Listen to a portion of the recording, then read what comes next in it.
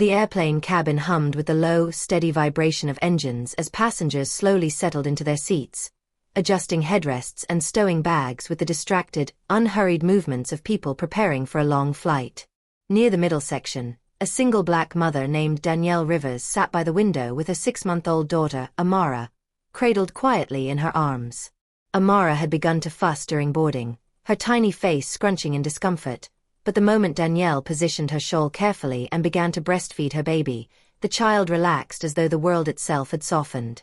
It was a peaceful, beautiful scene, the kind of tender, natural moment that made nearby passengers smile unconsciously. Danielle exhaled, relieved, feeling the tension of the day melt away. She had rushed through security, juggled her stroller, diaper bag, backpack, and tickets alone, and now, finally, Amara was calm, nestled against her chest with the gentle rhythm of feeding soothing them both. As the captain announced last-minute boarding instructions, Danielle didn't notice the weary-looking man sliding into the aisle seat beside her, a man whose life would cross paths with hers in a way neither could have imagined. His shirt was slightly wrinkled, and his tired eyes gave away that he hadn't slept properly in days. In his arms was a squirming infant boy with a red, tear-streaked face. The baby had been wailing non-stop since they entered the aircraft, and the father, clearly traveling alone, tried bouncing, rocking, shushing, and patting, but nothing worked. Passengers turned their heads one by one, wearing that mix of sympathy and silent frustration people often have on flights when babies cry and parents struggle. Danielle, even while nursing her own child, couldn't help noticing the desperation on the man's face. His hand trembled slightly as he secured his seatbelt while bouncing the crying baby on his shoulder. The child's cries pierced through the cabin, raw and frantic. But Danielle didn't judge him. She had been exactly where he was, overwhelmed, exhausted, and trying to hold everything together. She shifted her shawl a little, making sure she was covered, then offered a soft, understanding smile. The man tried returning it but couldn't manage more than a pained nod. When the flight attendant passed by, she gave him a gentle, sympathetic glance, but even she seemed unsure how to help. Babies cried all the time. None of this was unusual. And yet, something about the man's trembling voice as he whispered, "It's okay, buddy. Please calm down," hinted that this flight was going to be far more difficult for him than any ordinary parent would expect. The aircraft lifted into the air, vibrating slightly as it ascended through soft, layered clouds, but the crying only intensified. The baby, Lucas, as the father would later reveal, screamed with such fierce, unrelenting distress that nearby passengers exchanged glances. Some looked irritated, others empathetic, others simply resigned to what was clearly going to be a long flight. Danielle, meanwhile, continued nursing Amara until the baby drifted into a peaceful, drowsy slumber. She carefully adjusted her shawl, secured her daughter on her lap, and finally turned her attention fully toward the man beside her. His face was contorted not only from stress but from embarrassment, a particular kind of helplessness single parents knew too well. "He's not usually like this," the man muttered, bouncing Lucas frantically as the baby cried hard enough to turn purple around the eyes. Danielle leaned slightly toward him. "Sometimes it's the pressure change," she offered kindly. "Their ears hurt. Does he have a bottle?" The man swallowed hard. "No. He refused the bottle this morning. And his mom? His mom isn't in the picture anymore, so it's just been me trying to figure everything out." Lucas's cries only grew louder, echoing painfully through the small, enclosed cabin. A woman several rows ahead muttered something under her breath.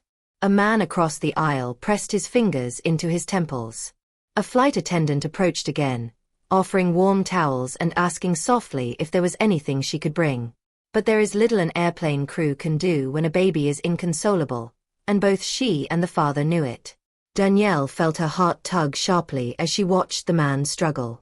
She remembered being on her first flight alone with Amara, holding her daughter as she cried hysterically because of a fever Danielle hadn't known she'd had.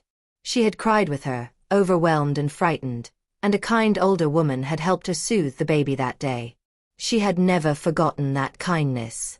And now here she was, years later, watching another parent fight the same quiet war of exhaustion and guilt. "May I try something?" Danielle asked gently. The father looked stunned, barely processing her words. "Try something." She nodded. "If you're comfortable with it." He hesitated, his protective instinct and desperation clashing in his eyes. Finally, through the chorus of Lucas's screams, he whispered, "Please. Anything." Danielle took a slow breath, gently lifted her own now sleeping daughter deeper into her carrier, and extended her arms toward Lucas, offering help not with judgment, but with the deep, compassionate understanding of one overwhelmed parent to another. The moment Danielle gathered Lucas into her arms, something in the air shifted, not magically, not instantly, but noticeably. She held him with the instinctive steadiness of a mother who had spent countless nights pacing floors, whispering lullabies, learning every rhythm tiny bodies responded to. Lucas wailed for another long minute, his cries fierce and frantic, but Danielle didn't flinch. She rocked him gently, swaying side to side with that slow, patient motion babies recognized before anything else. "Sure, you're okay. You're safe," she murmured, her voice low and soothing. Passengers who had been tense now watched with soft curiosity. A few visibly relaxed, as though rooting for the baby to finally calm down. Danielle didn't rush. She didn't expect immediate results. She simply held him with warmth and certainty, the way she would hold her own child. She hummed a soft tune, a melody her grandmother used to hum, passed down through generations of black mothers comforting their babies in the quiet hours of the night. The sound was gentle, rhythmic, deeply soothing. Slowly, so slowly that the father leaned forward as though afraid to breathe, Lucas's cries began to falter. His tiny fists unclenched. His breaths came in jagged hiccups instead of screams. Danielle adjusted him carefully against her shoulder, patting his back with tender, rhythmic taps that signaled safety to an overstimulated infant. Within minutes, the impossible happened. Lucas stopped crying. The cabin fell into a stunned, grateful stillness. The father covered his face with both hands, his shoulders shaking with a mixture of exhaustion and relief. When he finally looked up, his eyes were wet. I don't know how you did that," he whispered, voice breaking. Danielle offered a warm, easy smile, the kind that carried its own quiet strength. "Sometimes babies just need a different pair of arms," she said softly. "Or a voice they haven't heard yet." Lucas settled fully against her, breathing deeply now, tiny fingers curled against her shoulder. The father gazed at his son, then at Danielle, as though witnessing a miracle he hadn't known to hope for. Around them, passengers smiled, some even wiping away tears. The flight attendant whispered, "That was incredible," before retreating quietly. Danielle simply continued rocking Lucas, her calm presence radiating through the space like a balm. And the father realized something he hadn't expected. That motherhood, when witnessed up close in its gentlest form, had a power that felt almost unthinkable. For the rest of the flight, the atmosphere softened as though someone had dimmed the harsh edges of the world. Danielle kept Lucas close until he fell into a deep, peaceful sleep, his small body completely relaxed against her. Every now and then, she glanced at the father, whose name she learned was Ethan Cole, and saw a mixture of awe and exhaustion lingering in his expression. When Lucas finally stirred, squinting sleepily, Danielle handed him back with gentle care. Ethan held his son with new confidence, as though witnessing someone else soothe his child had reminded him he wasn't failing. He was just learning. "You saved me today," he said quietly, voice thick. "I thought people were judging me. I thought I was doing everything wrong." Danielle shook her head. "You're doing everything you can. That's what makes you a good father." Ethan looked down at Lucas, who gazed back with calm, curious eyes. "It's been hard," he admitted. "His mom left 3 months ago. I'm still figuring out bottles, naps, everything." "And you will," Danielle assured him. "One day at a time." The plane began its descent, clouds parting to reveal the city lights below.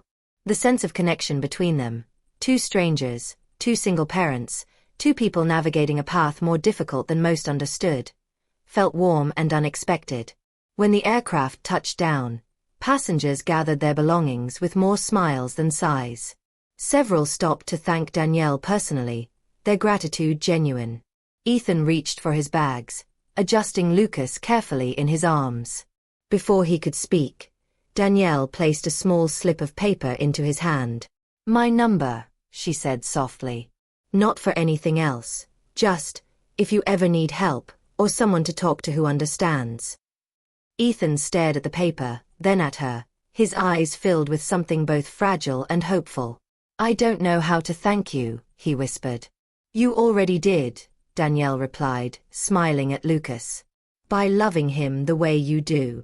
As they walked toward the exit, passengers parting around them like gentle waves, Ethan realized that sometimes the most life-changing moments come not from dramatic events but from the simple, unthinkable kindness of a stranger. And for Danielle, holding another mother's child had reminded her that compassion, especially between single parents, was its own kind of quiet heroism. They stepped into the terminal, two parents, no longer strangers, connected by a baby's cry and a moment that neither of them would ever forget.